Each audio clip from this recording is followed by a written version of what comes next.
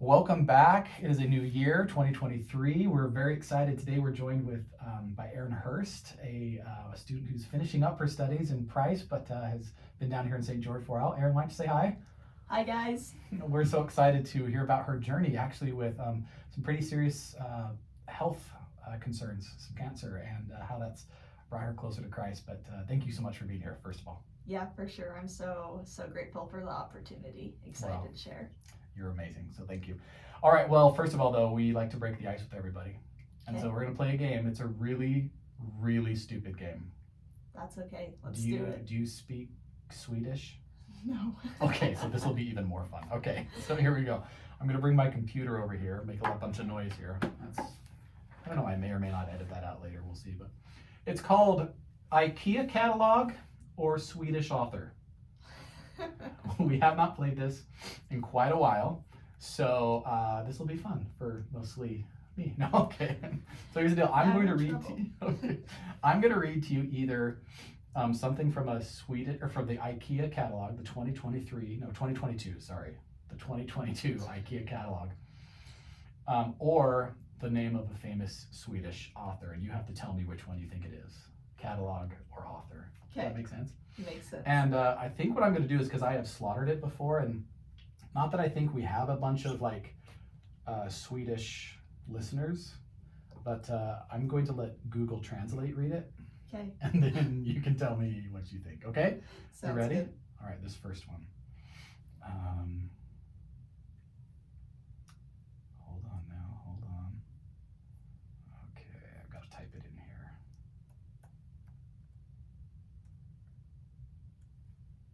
There we go. We even got the umlauts in there. Okay, here we go. Ready? Let's turn this up here. Knausgård. Do you need it again?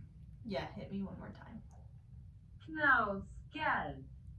I'm gonna go with Swedish author. Dang, that was really good. Yeah, you got it right. Let's go. You got it right. Linda Bostrom Knausgård is a Swedish author and poet. She debuted in '98 with the poetry collection, oh boy, Gormig Bahalgforsaret. I don't know if that's even close. Okay, that's pretty good. That's pretty good. Okay, let's do another here. Ooh, okay. Ooh. Okay, some of these are fun. Sorry. No, you're good. You're good. Let's. Why did you say author? Just out of curiosity. Just a good 50-50 chance guess.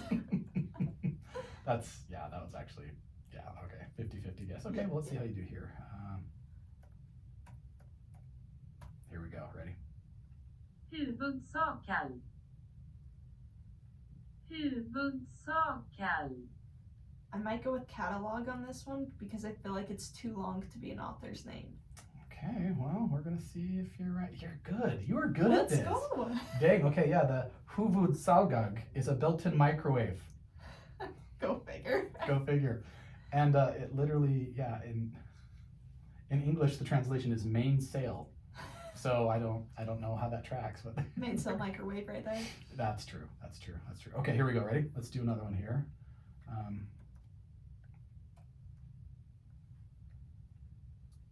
Here we go. Atlet.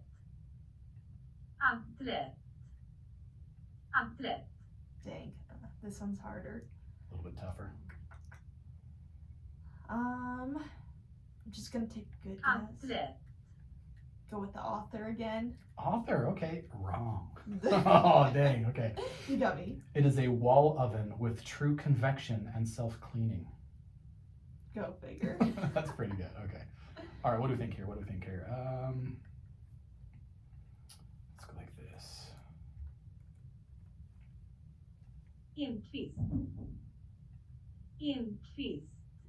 I think I'm just gonna guess author because I feel like there's gotta be another author in here at some point.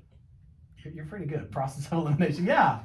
Per Olav Enquist was a Swedish author. He had worked as a journalist, playwright, and novelist. There you go. Okay, one more. Sweet. Let's roll the dice here. Let's see here.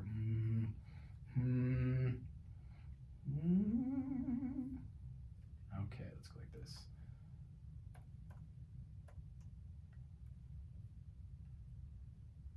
Okay. Delsjön. Delsjön. Delsjön. Gonna go with the IKEA. It's probably couch or something. I'm kidding. I have no We should do that. We should say, like, if you get it right, what it is, you get extra points. It's a kitchen faucet. That's pretty I good. guess IKEA. Well done. Okay, so you got like 4 out of 5. You sure you don't speak Swedish? I'm sure. I'm positive. All right. I speak redneck. but anything Redneck? else, yeah, nothing else. Why do you speak redneck? Where are you from? Yeah, Cleveland, Utah. That's right. Okay, Cleveland, Utah. If any of our listeners have been to Cleveland or know where Cleveland is, I don't know, I have a prize for you. Let us know. That's just bonus points on life right there. It's true, yeah. It's the celestial game. That's what that's going to be. Well, awesome. Thank you so much for having a little bit of fun with us, and we're really excited again here to go from the somewhat silly here to the somewhat sublime. And just, Erin, thanks for being on here, and we would love it if you could just tell us a little bit about your story, your journey, and how it's brought you closer to the Savior Jesus Christ. So, thanks, Erin. Yeah, you bet. So, in 2017, I graduated high school from Emory High School there in Castledale, Utah. And I came from Emory High down here to run cross country and track at Dixie State University at the time, now Okay. Utah Tech. But so I kind of was up in the air, like, where should I go to school? But they were offering the most money, and I prayed about it. Didn't ever feel like I got a solid answer, so I'm like, hey, I guess I'm winging it. That and works. I sent it and came down here, and it was awesome. I met some amazing people, friends that I ran with, that I met just in classes here at the Institute even. And it was a really good experience. Running was difficult though, that like first year coming out of high school, of just transferring into like individual life, I guess. And things were like a little difficult, but finally by the end of my sophomore season, so spring of 19, I was running really well again. And I was like getting PRs, like personal records for myself every race. And I ran the steeplechase, and like that. Oh, wow. Yeah. That's intense. Yeah. So that year, for listeners who don't know, that's basically like 2-mile race with hurdles and one's into a water pit. So It sounds medieval, but yeah, that's impressive. Okay. it was a love-hate relationship for sure. Oh, I bet. So I'm getting like better every race, like just my times, my grades are good, like life feels like it's perfect almost, and it's going so well for me. And then that spring, May, I was working up near my hometown, just on a farm, and my hand hurt, and it had been hurting since like June, like January or February that year. And I just put it off, like no big deal, I'm this healthy athlete, right? And then I finally was like, Mom, I better go get this checked out. So I went to the doctors there in, just in Price in May, orthopedic surgeon, and he did an x-ray and he couldn't see anything. So he's like, let's do an MRI. And I could feel that there was like a bump visibly, like starting. On your hand. Yeah, starting to show up in my left hand. Okay. And so I went and got an MRI, and a couple days later I get a phone call from the doctor. And it's not very often that like the doctor calls you. It's usually Right, a staff member, yeah. so an assistant or something. And he calls me up and he's like, hey Erin, I just want to let you know, like, it is a tumor in your hand. Not sure if it's cancerous or not, but I want to send you to Huntsman Cancer Institute. I don't feel comfortable like handling it, which I was super grateful that he did, like, send me up there, and Right, sent you to the right people. yeah, was willing to do that and just admit that he didn't feel comfortable with it. But Huntsman's took a couple weeks to get back to me. Really? Yeah. Wow. And finally when they did, they're like, sorry, it's took a minute. We've been looking at your MRIs, but we don't think it's anything too concerning. And that's why we took a minute to get back to you. I Like, just really want to make sure. yeah. Okay. And so they're like, but we want you to come up and see our like orthopedic surgeon, and we'll have him like look at it and talk to you a bit. I'm like, okay. So I go up there. First of all, sorry, those 2 weeks. I mean, that had to be nerve-wracking. It definitely was, but like, it was really weird. Like the whole time from the beginning of hearing cancer to the end, it was like this feeling that I knew it would work out, I guess. Okay. But in the beginning, it was like, oh, I'm healthy and I'm still running and I feel great besides a bump in my hand. Like I had no shortness of breath or nothing else. So I was like, I'm fine. Yeah, this is gonna be okay. Yeah. I'm gonna be great. So I end up going up there, and the orthopedic surgeon, Dr. Groundland, really great guy. He's like, I've been looking over this, and I'm like 90% sure it's benign. Like I think it is. So what I want to do is put you completely under, because a biopsy in your hand is going to be uncomfortable for you. Yeah. So he's like, I'll just put you completely under and we'll hurry to do a biopsy. If it's not cancerous, we'll like take it out. And if it was like a certain benign tumor, then they would maybe not take it out. But like for the most part, if it wasn't cancerous, it was going to come out. And if it was cancer, they'd leave it in. Really? Yeah. That seems counterintuitive. Okay. So, But and yeah, okay. the whole reasoning behind that is, I guess some cancers, if you haven't had any treatment previous to surgery, it'll just like erupt really quick. Oh, and okay. spread. Well, it's almost like doctors know better than me. Yeah. Right. Okay. So- Sounds good. Because that also seemed like that for me. So, but he explained that. I was like, okay, that makes sense. Okay. Perfect. So So they put you under. they, This is same day. this is so this is over a span of like 4 weeks. Got it. Okay. So July 10th, 2019 is this day. It's actually my little sister's birthday, and rough birthday for them. Oh, I'm sure. I'm sure. But I woke up for my surgery, and I was kind of on drugs from being under, and I was just like bugging the nurse. I was like, so is it gone? Is it gone? And she's like probably so annoyed with me at this point. And finally she's like, no, like the bump's still there. It was cancerous. Oh wow. Yeah. And my parents had no idea. She had told me, and the doctor had came out and talked to them, and I was over 18, but I had signed like the rights for my parents to know all the information Got and it. stuff. And they come into my room to tell me like this devastating news. And I don't know if it was the drugs or what, but I was just like, yeah, I can't wait to beat cancer. And I just had That's so cool. I had this attitude from the beginning that was like, we're gonna win this. And I didn't know what was in store for me though. I had no idea, because like I said, like I was still running, still felt great, was healthy at the moment, and I didn't know what was to come of the situation. So finally, a week later, I get like the pathology report telling me what type it is, and it's either going to be lymphoma or sarcoma. Right. And he's like, where it's at in your body, you want a lymphoma. And he calls me up and he says it's a sarcoma.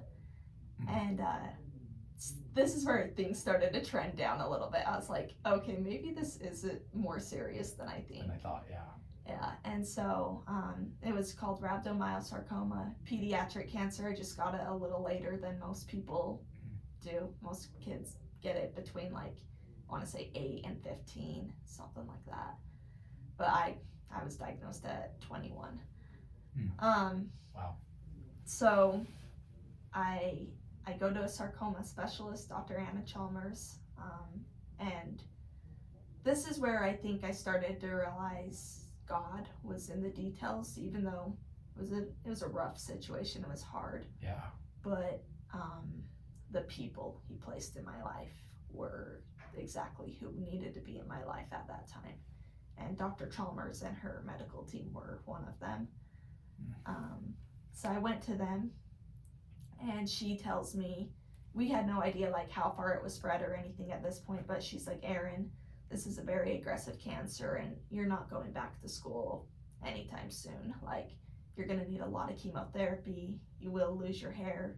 At this time, I had long hair down to my waist, and for our listeners, like, who can't see me, I now have like a short pixie cut. So Which is so cute, by the way. it's But, yeah. it's different now. But so I had this long, like, gorgeous hair, and then I think even harder than that though was getting told like, you're not going back to school. You're not going to see those friends. But I still was just like, there's no way it can be that bad. Like, I'm going to get my treatment, then be back. So by this time, it's like around, I want to say July 29th. And I go in and get a PET scan, which is like a full body scan, Okay. and it picks up, like, you drink a drink and it shows like where all the cancer is in your body, Got it. basically, Okay. through the scan.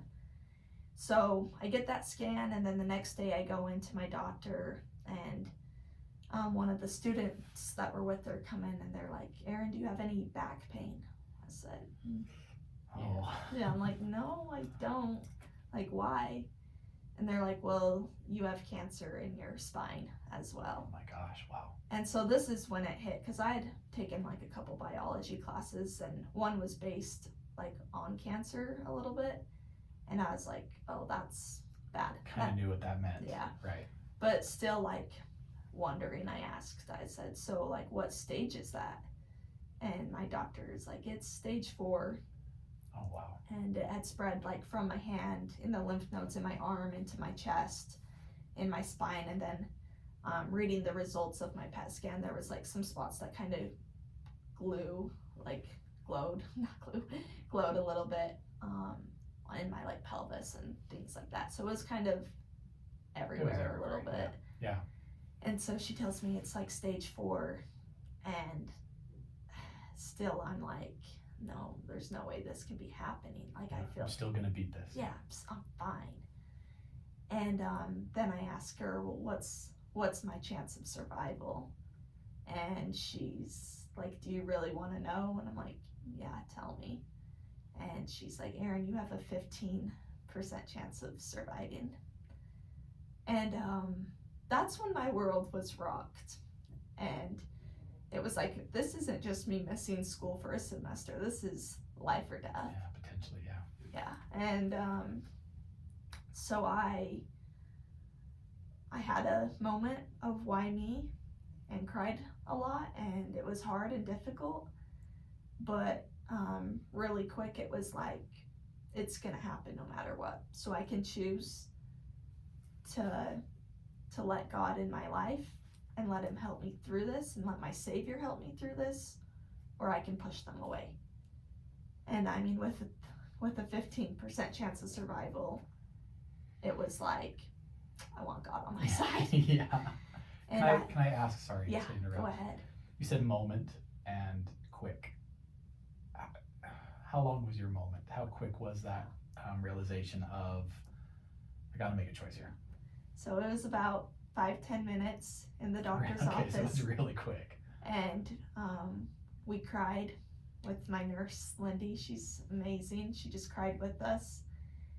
And then my dad gave me some really good advice, and he said, Erin, if there was 15 out of 100 people to survive anything in this world, could you be one of those 15? And I was like, yeah, I could. He's like, okay, then we're gonna fight. And I'm like, all right, we are. That's awesome. Yeah, like you said earlier, that support system, just the people in your life. Yeah. God's working.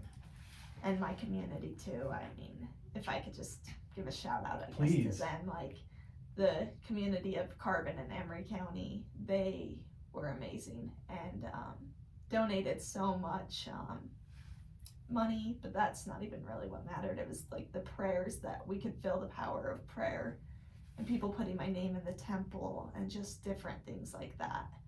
And it made a difference. It really did. That's awesome. I'm sorry I cut you off. So No, you're making this choice, and you're like, okay, I'm gonna choose God. I want him. Yeah. With Yeah. this 50%, I want him. And I had been raised in the gospel. I was always a member, and I had a testimony. Sure.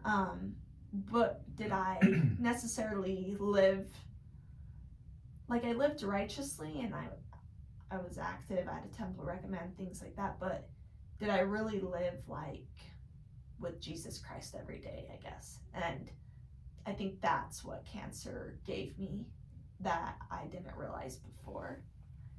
And it's sad for me that it took that for me to like realize that, and realize how good Jesus Christ really is, and how real his atonement is.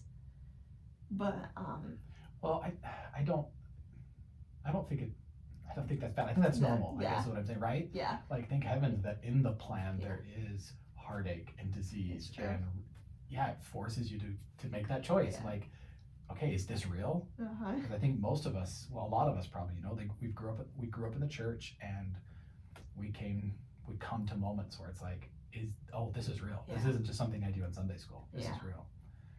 And I guess too, like, I'm grateful for it now, looking back on it, everything I did learn. My perspective of life is different. It's just a lot better, and I try to live a lot happier and just serving others and things like that. And that's all something that cancer gave me. And I wouldn't wish it upon anyone, but it did happen, and why not learn something from it? Yeah, embrace it. Yeah. I love that. And so that was cool. But so after I heard my 15% chance, we figured out my treatment plan, and it'd be 40 weeks of chemotherapy, Wow. and I would get 32 treatments in that 40 weeks, and then I'd get some maintenance after. So I ended up doing 50 rounds, 50 infusions of chemotherapy, and 30 rounds of radiation as well. I didn't have any surgery because it was already spread, so not really much they could do with operate surgery. on. Yeah, it's not operable yet. Yeah. So I started that August 1st of 19, and then I finished in April 29th, I think. And that was the 40 weeks, and it was like one big treatment every 21 days, and then every 7 days was like a little smaller one. And I went from really healthy, really strong to very weak and Sick. yeah, skin and bones real quick. The cancer never really made me sick. It would have if it would have got any worse. Right.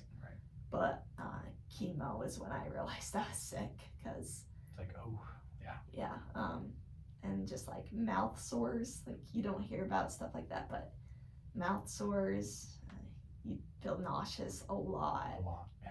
and it's different for everyone. But yeah, it was not an easy 9 months, but I was happy through it. How are you happy? I really just knew that my Savior was with me. I knew that He loved me. I knew He had suffered in the Garden of Gethsemane, and He had felt all of that, and it made it real to me. And I knew that if I could be in that difficult of a situation, well, I knew He had been in worse, right? And He had still been happy, still been kind, still served others. And if I have Him with me, then why can't I do the same? Yeah, with His help. Yeah. Isn't that incredible that the atonement comes in and not only just alleviates your burden, but gives you the strength to be like Him when you don't feel like being like Him, and when you don't. Yeah. That is incredible. It's a miracle. Thank you. That's No, sorry. for sure. Keep going. And so, my last chemo, my mom blocked me on social media, so I couldn't see her account, and asked our community to come together. And this is when COVID was raging. It was April of 2020, so no one really got out much. Right. And they had a parade, and they just had cars lined up with like all these families just sitting in the back of their trucks or outside their cars. And I had a police escort into town. Oh, wow. And that was my last treatment. And then everyone came and drove by our house as well and waved. And I bet there was like 200 people out there. That is crazy cool. That's And awesome. so, like I said, just like people in my life at this time were just huge helps as well. And I guess if I could throw in another part of the gospel, I think that's real, is that I think we're here on earth to help each other too. And Absolutely. and those people did that for me. That's so cool that they understood that. Makes me want to move to Carbon County. I know, almost. I did live St. George though, so. Yeah. Okay, so tell me then, I know that had an impact on kind of your college life and what you're able to do and what you're not able to do. Can you speak to that for a sec? Yeah, so I am allowed to run again. I'm allowed to basically do whatever I want. I'm I'm on blood thinners because of my port, which is where they give you chemotherapy through, developed a claw on the end.